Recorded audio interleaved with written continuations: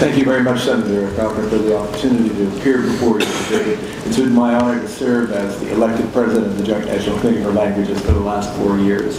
The foreign language profession in the U.S. is in a strong position to address the needs that have been so articulately and eloquently spoken today by our colleagues from DOD, ODNI, state, justice, education, the foreign affairs community, and American business.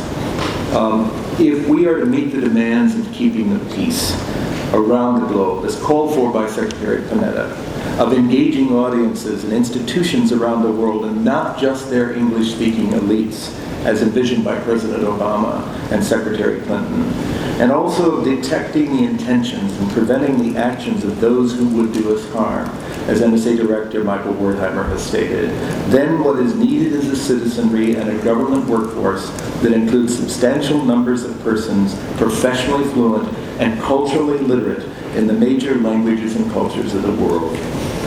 Research shows that professional level knowledge of language is highly sensitive to cultural signals and cues, of understanding not only what people say, but also how they use language to communicate, to modulate meaning, to conceal values, or communicate intentions and their aspirations, to build rapport with one another, to persuade, to negotiate, to establish trust, or fail to establish trust, as the case may be.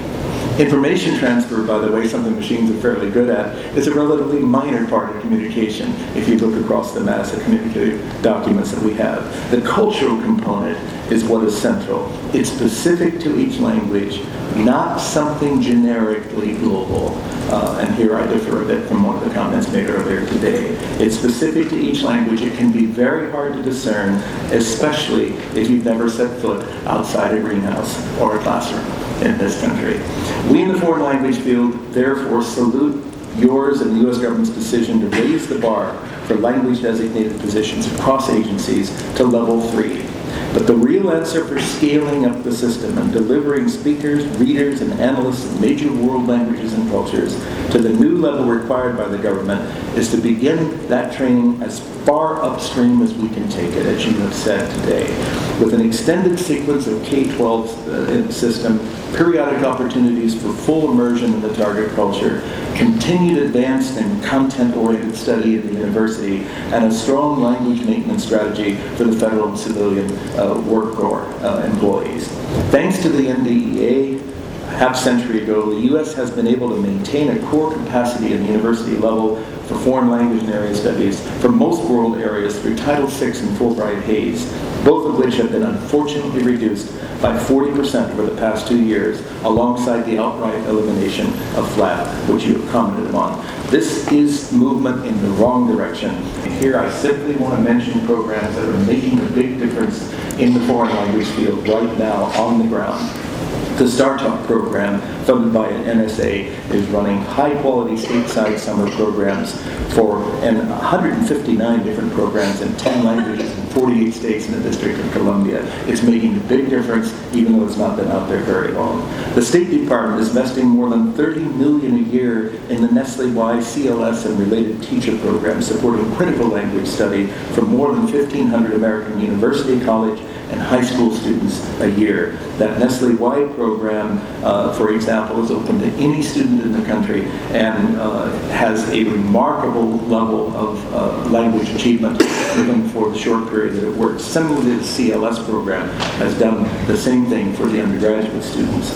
The final point I want to make is the National Security Education Program's Flagship program, because while it has some very promising K-12 pilots in place, it has totally reinvented the way that foreign languages are taught today in our universities, setting 3 as the logical outcome for a series of programs and training models that now don't even require the undergraduate learner to be a major in that field.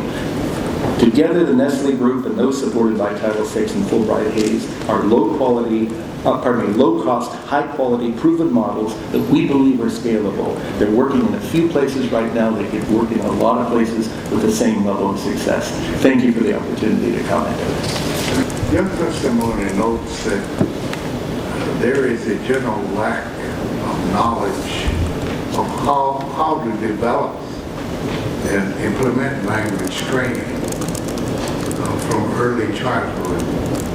And you recommended using the K through 12 flagship model to build a pipeline of proficient language speakers. What key elements from this program can be emulated by schools across the nation? Thank you, Mr. Chairman, for that question. I think the lessons of Flagship are that best practices are out there in the field.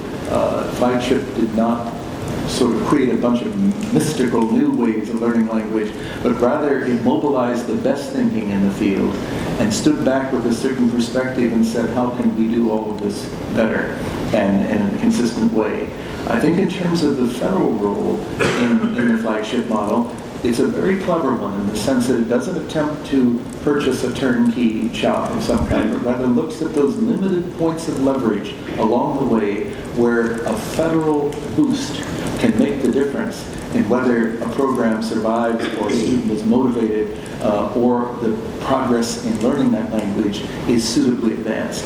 For example, never to forget the importance of the teacher, the investment in the teacher. It's maybe not as sassy as a headline, but the teacher is critical to this process.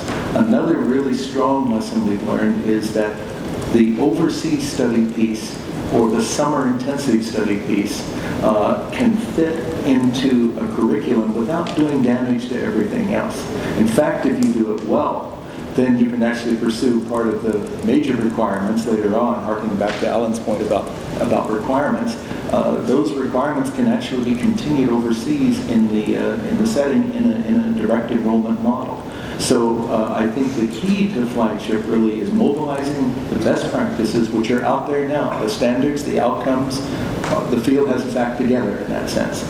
And then looking at those points of leverage, like the summer, like the capstone, where a little boost from an external funder can make it all come together.